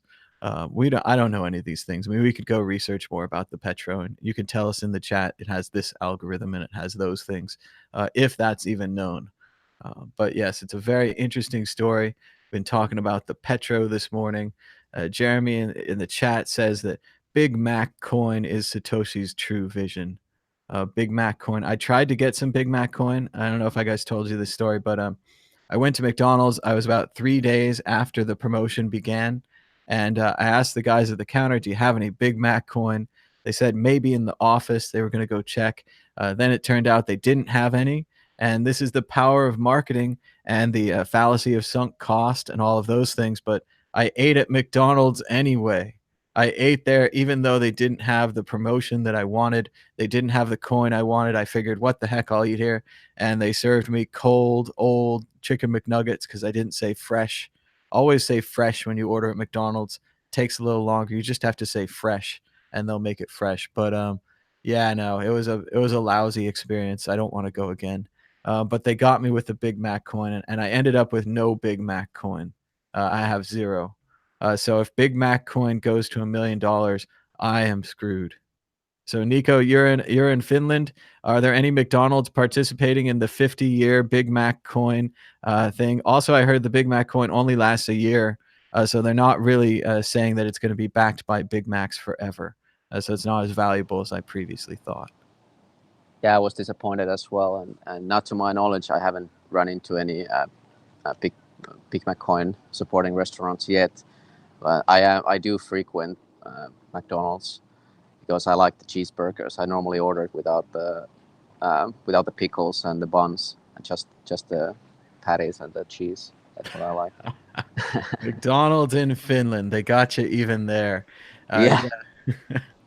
Yeah, apparently in Finland they have never made profit, or maybe there's like 2 years they've made profit, but they just stay here for the because they need to be in every country, which is understandable.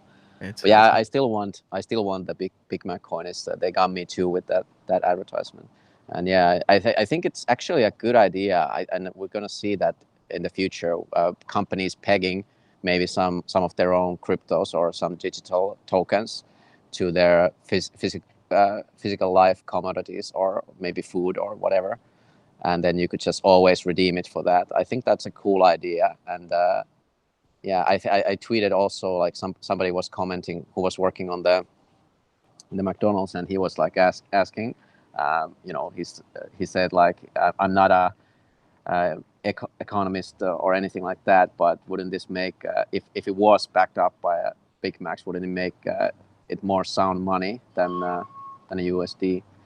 Which is funny to think that this would be an actual way for companies to create a more sound money system than the current fiat system, which is interesting to think. And I think this is a really good tie-in with Venezuela, because clearly we can say now that Venezuela is simply following in the footsteps of the McDonald's Corporation, which has already issued a Big Mac-backed currency, obviously superior than the Petro. You can get a real Big Mac coin. They're saying they're going for around $7.50 on eBay, which the price of Big Mac used to be around $3, maybe $2.50. I don't know what it is these days, but that seems about twice the price as a Big Mac. And of course, people are going to keep the coin. They're not going to trade it in for a Big Mac. So McDonald's doesn't even have to give out the free Big Macs that they promised. So this is a genius promotion. They had to print a little piece of metal in order to give away a free Big Mac that people won't cash in. It's genius. But as always, you can give us a call now on Skype, a World Crypto Network, all one word, or at 518-600-1949. And Jeremy in the chat's nailed it again. He says, I don't need oil to survive, but I definitely need Big Macs to survive. So he's got his priorities set. He's probably hodling his Big Mac coin, saving them up. Previously, and again, I just kind of invented this in my mind, but previously, I thought that the Big Mac coins would last for the lifetime of the restaurant, and that McDonald's was truly putting the full faith and credit of the McDonald's enterprise in this coin. And I was thinking maybe I could hold it, and someday they won't even make meat anymore because all the meat will be vat grown and genetically engineered. And I could trade my Big Mac coin in for a fancy genetically engineered Big Mac of the future. And that's when I was going to hodl mine until I could get one of those. But they're going to cash it out at the end of the year. So they'd have to make that magical burger, which they do have one. I've seen it even at a big chain like Fat Burger, I think it was. They have one of those vegan burgers, right? It's a magical meat burger. And they mainly have been figuring out how to get the texture right. When you eat the food, they want it to taste and to feel like meat. So they genetically engineered this very expensive vegan burger.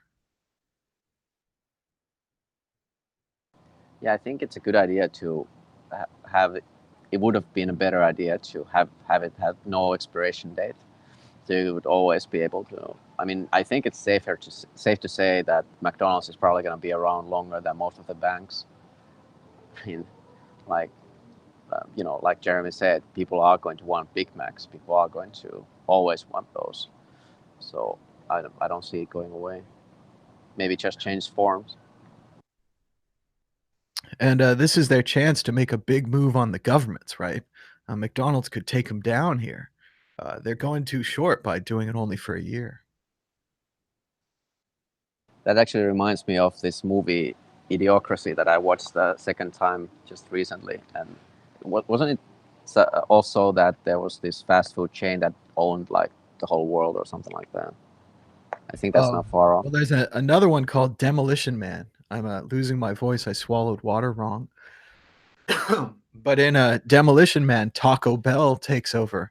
And in the future, all restaurants are Taco Bell. Oh yeah, Demolition Man. That's a classic movie. That was in the 90s, I think.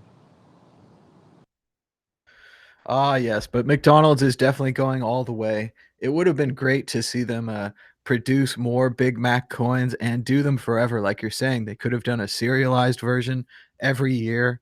They could sell them directly. And this would be the beginning of a corporation challenging the governments. You could get almost everything from McDonald's then. All they'd have to do is offer apartments next door. Of course, you could rent your apartment in Big Mac coin. Big Mac coin being the coin of the land, the coin of the realm. It's a bit like Snow Crash, right? The book Snow Crash, where Kentucky Fried Chicken was as big a government as the U.S. government. You could live at KFC, work at KFC, everything at KFC. And the pizza places were run by the mafia, and they promised 30-minute delivery or else. They're very serious about that.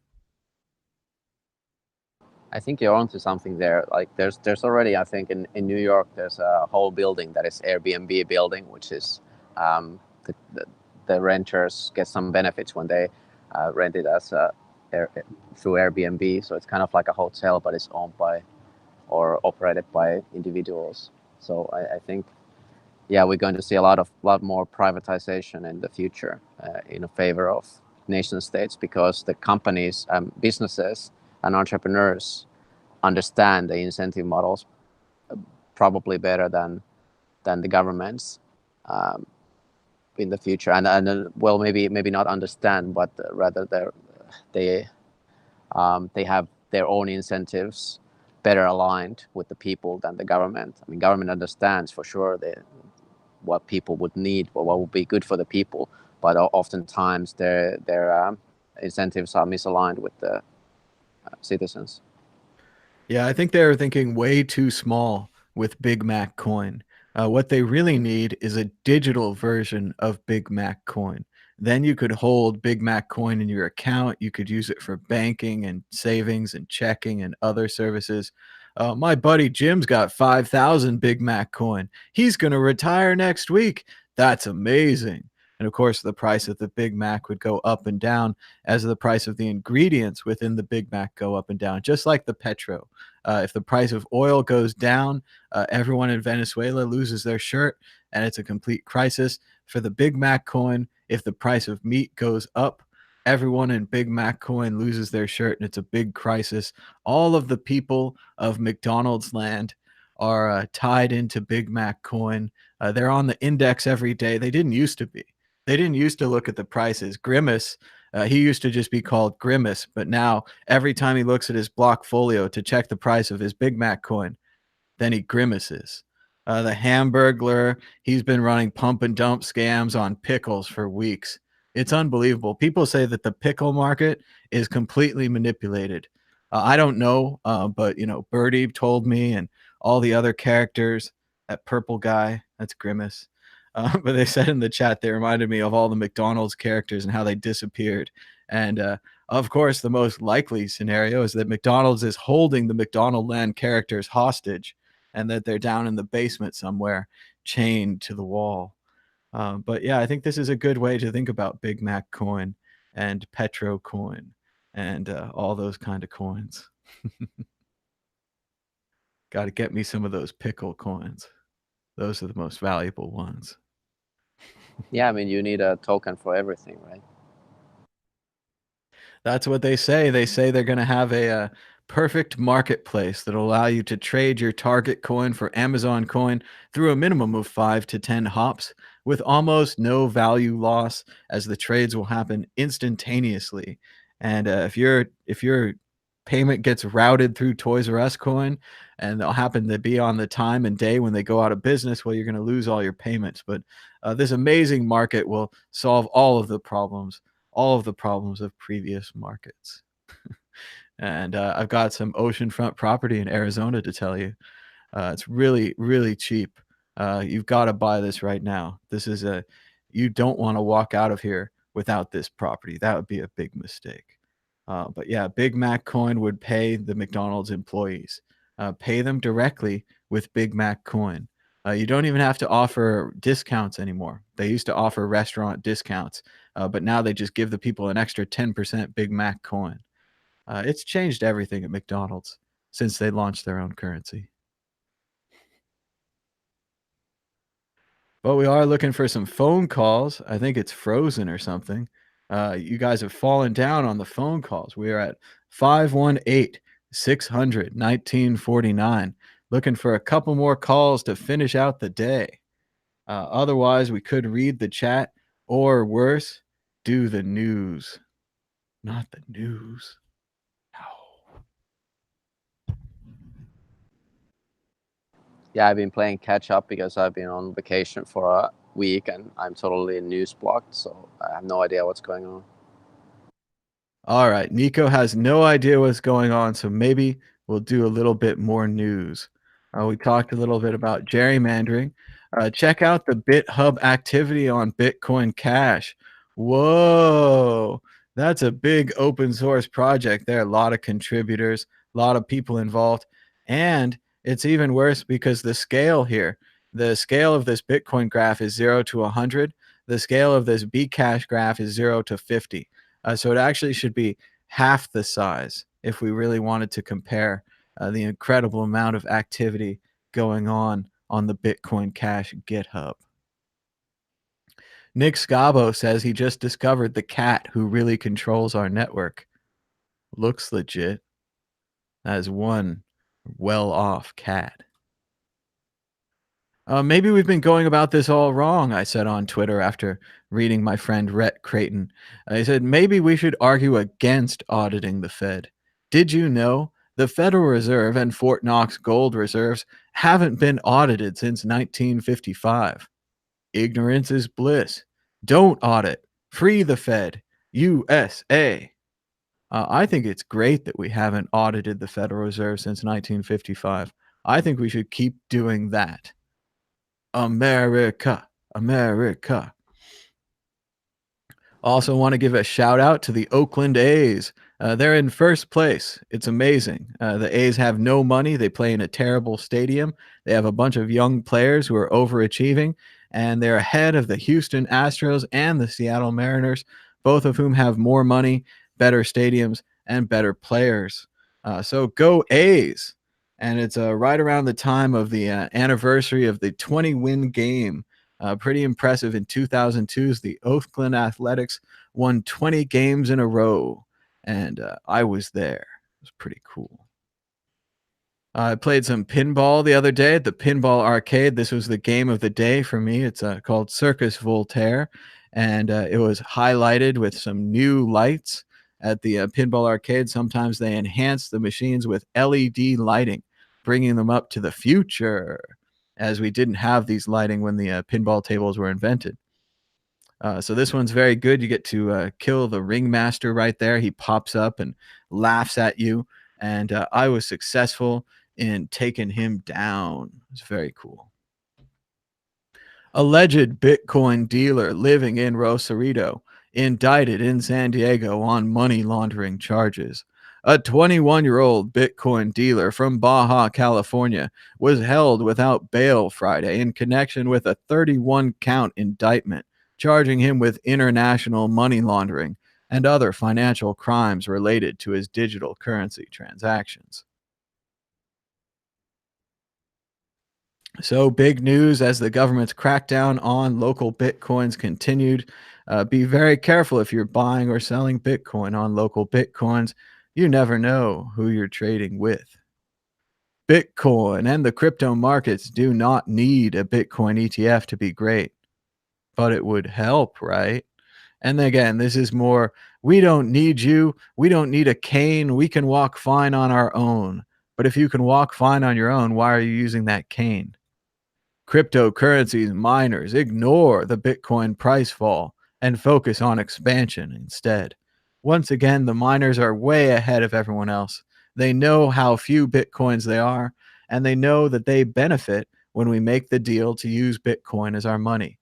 Just like we were talking about earlier, by Bitcoin being a fair market, if we all opt into Bitcoin, we can all guarantee that no one else is using a different strategy against us, that no one else is using a different currency, because we're just all going to use Bitcoin. It doesn't benefit anyone. If we were using IBM coin, it would benefit at the very least IBM.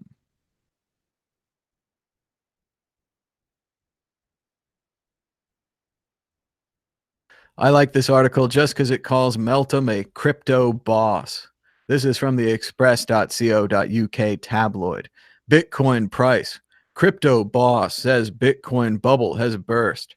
And this is why it isn't good news.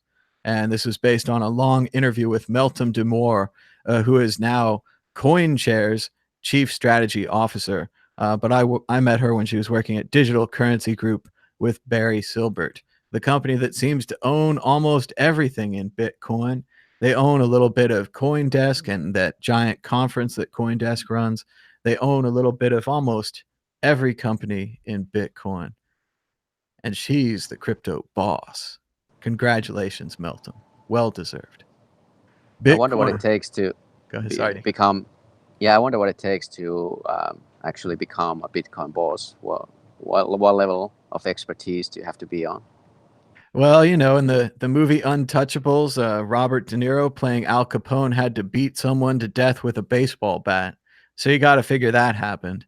And then there's several other underbosses and capo de capos, people like that you got to take down. You got to talk on the phone and, you know, in code, stuff like that. You don't get to be a Bitcoin boss overnight. Clearly, she's been working on it for a while now. Jeremy in the chat says there's a Las Vegas Lego set. We're going to have to look at that later or right now. What happens in Lego Las Vegas stays in Lego Las Vegas. Let's see. Ooh, that looks nice. It's got the Stratosphere and the Mandalay Bay and the Win or the Encore. Ooh. Those are pretty small. This is a Lego architecture series. Yeah. Ooh, that looks I love that cool. series. Can't wait until my son is old enough so I can buy those for myself. That's what I'm saying. It would take a lot of work. I'd need a woman and a son and several years of time. But you're right. Then I could play with these toys and no one would say anything. But it looks like a great Lego set. Look, there's the MGM. That's pretty cool. This is at probably at Legoland or something, which I've heard of but never been. Oh, when I was a kid, they only had one Legoland, and it was in another country, something like that. But let's get back to the news. Jeremy knocked us off track. We were talking about Meltem, the crypto boss. She's boss. Bitcoin price analysis. Welcome to Bitcoin purgatory. That's a little bit what it feels like, right? It goes up, it goes down, it stays in a range. Everyone's freaked out about it going down lower. Other people think it could go up like crazy. We're neither in heaven nor in hell, but the place in between. Crypto market sees slight slump. Ethereum fails to hold 300 support. I like this alliteration. See slight slump. Support slacks. Support slacks on slight slump. See Crypto markets. Half of remaining unmined Bitcoin are already spoken for. It's like a dance. You can't dance with those Bitcoins. The miners already have them. So that's pretty interesting. People have plans to mine Bitcoin for a long time. They're going to stick in there and they're going to get as much of that Bitcoin as they can get. Just like Max was saying yesterday on the show, there's something like maybe 3.5 million Bitcoin remaining to be mined, and it's going to take us 140 years to do it. That's a long time. If you're really thinking about the supply of this thing, it's very, very small. So if it does take off, having a Bitcoin is going to be quite something, I think, in the future. Crypto Oracle co-founder, Bitcoin is functionally better than gold. Well, duh. It's on your phone, right? It's a computer program. It's way better than gold. Gold is one of the hardest things to use, even if you have those little breakable pieces of gold where you can break off some gold and give it to me, or silver the same way, breakable pieces of silver. It's still difficult for me to really judge that that's actually silver. It could just be shiny metal. Whereas when I get Bitcoin, it is actual Bitcoin. There's no way to fake it. There's no way to fraud it. And Bitcoin's incredibly light. In comparison, gold is very, very heavy, as Bitcoin doesn't weigh anything at all. Pornhub subsidiary to reward viewers with crypto tokens. Okay. Tube8, an adult video service and subsidiary of Pornhub, has partnered up with VIT, the Vice Industry Token, to pay viewers for interacting in their service. Just like they likely paid CoinDesk for this article, because it's a press release. Interesting idea, Vice having their own token, but once again, you're wasting time by not using Bitcoin. Everyone thinks they can do Bitcoin better than Bitcoin, and they all fail and come back to Bitcoin eventually.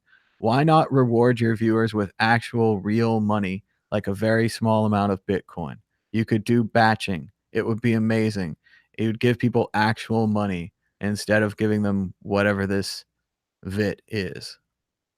Again, we're reading CoinDesk, so you don't have to.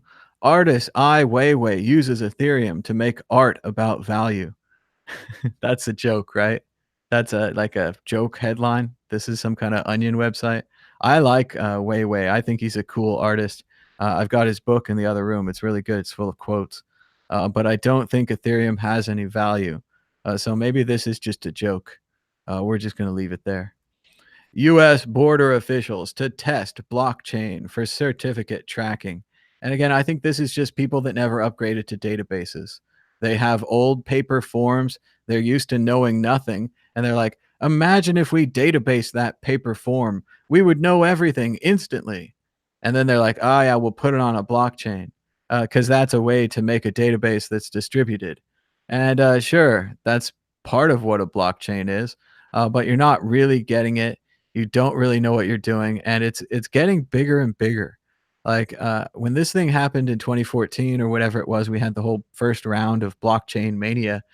We always said this makes no sense. This makes no sense. The technical people, I asked them, the non-technical, everyone I talked to, they're like, yeah, blockchain doesn't make any sense. It's a database. It's a very expensive database. What it's useful for is solving the Byzantium generals problem, where we have multiple people that we can't trust in multiple areas, all trying to work together on a plan. We can come together on a plan because we have the blockchain. The only thing that it tells us is who has the Bitcoin. That's it. And you're watching Sunday Morning Bitcoin Talk Show Live. Like the guy said, we do have a webpage at worldcryptonetwork.com. It has all the episodes on there, and it even has a donate Bitcoin button right there. Very cool. Jose asked us to talk about Abby Martin, who, of course, was made famous when she spoke out against the Ukraine situation on RT, against the Russia people who own the network or whatever. She was saying that the Russia invasion of Ukraine was not a good thing when she closed her show on March 3rd, 2014, with a minute-long statement condemning the Russian military intervention in Ukraine. So she was reading from a teleprompter, wondering if the show's producers had consented to her piece. Very interesting stuff about Abby Martin. Somehow, I guess she's still working for RT. It seems like she left RT, but then he said later she was working for the version of RT in Latin America. Interesting stuff. Tough to say which side she's on. We'll have to see. Jeremy reminded us that there's a Lego architecture set that I now want. I'm going to be Amazoning or eBaying that later, probably. If only it was bigger, I could put it in my background here. I mean, I'll put it on the desk or something. Oh, $50, $60. Lego is too expensive. Come on. And so small. What is this? Buildings for ants? Come on. It looks pretty cool, though. And again, it's going to take like 10 minutes to build. I don't know. Oh, no way. Jeremy says it's not out yet. It was delayed because of the tragedy. So I can't even have this Lego set because it includes the Mandalay Bay. Oh, I wasn't going to reenact it. That's distasteful.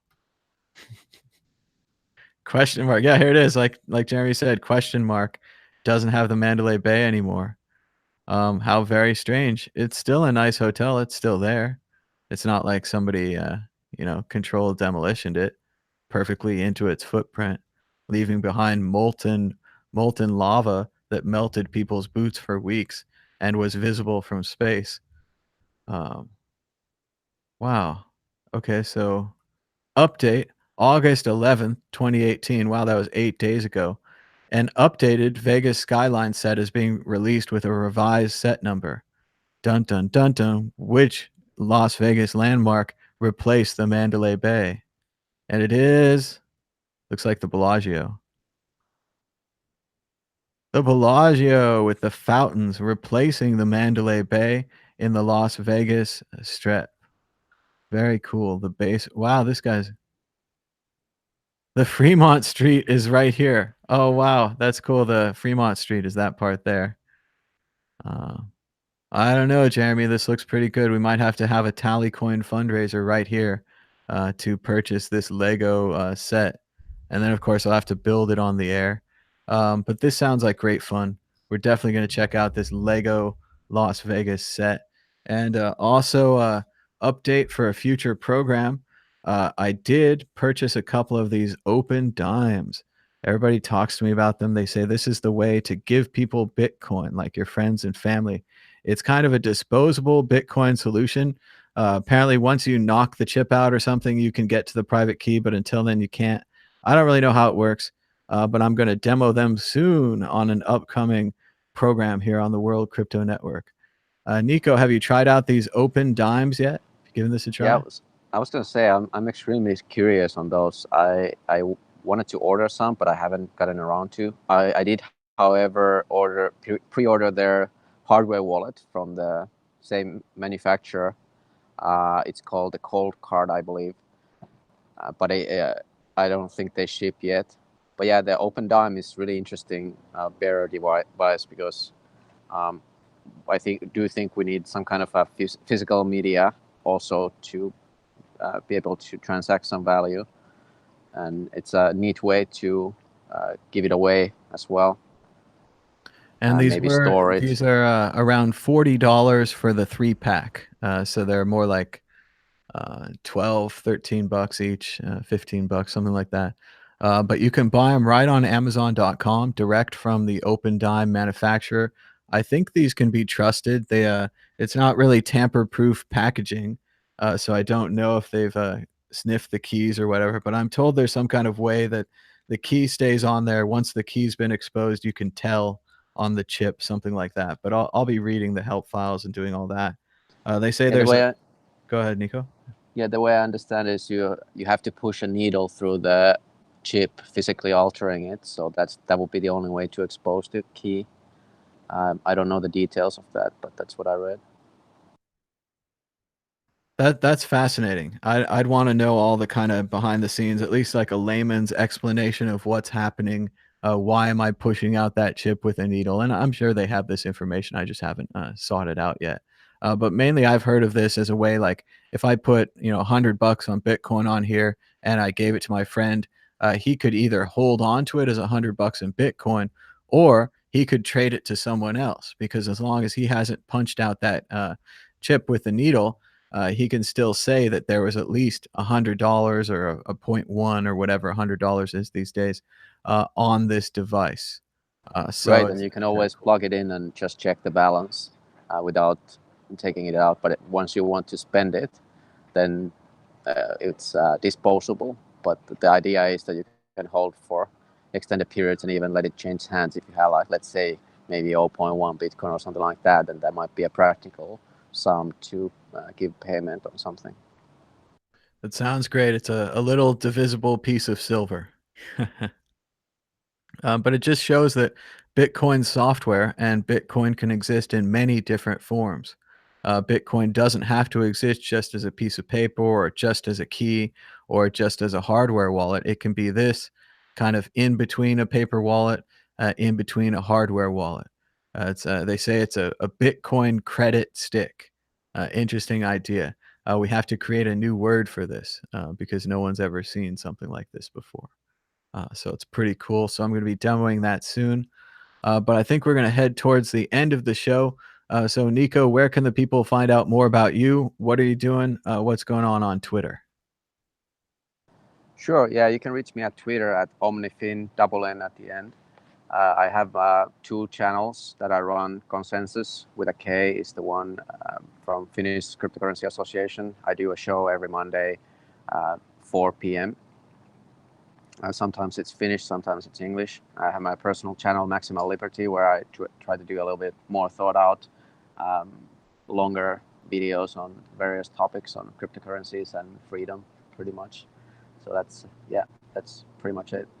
Thanks for having me on, and interesting topics. Yep. Thanks so much for joining us, Nico. We had a great time today talking about Venezuela, all the possibilities and the conspiracy theories and whatever else might happen there. You got to make up your own mind. All I can know is that I agree with the caller, Jose, that is going to be very interesting. We're going to want to keep an eye on that, whichever way it goes. So as always, you can support the World Crypto Network by donating now to the QR codes on your screen. We've got Bitcoin and all of the altcoins accepted by Trezor. We've got the Patreon campaign at patreon.com/WCN and patreon.com/MadBitcoins, where we are only $6 away from the $500 barrier. Very cool. And our Tallycoin campaign, where we received 2 new contributions just in the last couple of days, raising us towards 0.03% towards our goal of $1 million. And it would help if the price of Bitcoin would go up too. But just in general, if we hold this 0.05 Bitcoin until it's worth $1 million, oh, that would be quite something as well. So thanks so much for watching. Thanks for giving us a thumbs up down below. That sounds wrong. And subscribe to the World Crypto Network. Push that bell to get notifications. Follow Mad Bitcoins and the World Crypto Network on Twitter to get more timely updates. And we'll be back tomorrow from 9 a.m. to 11 a.m. Pacific Coast time, even though we're not on the coast. Until next time, bye-bye.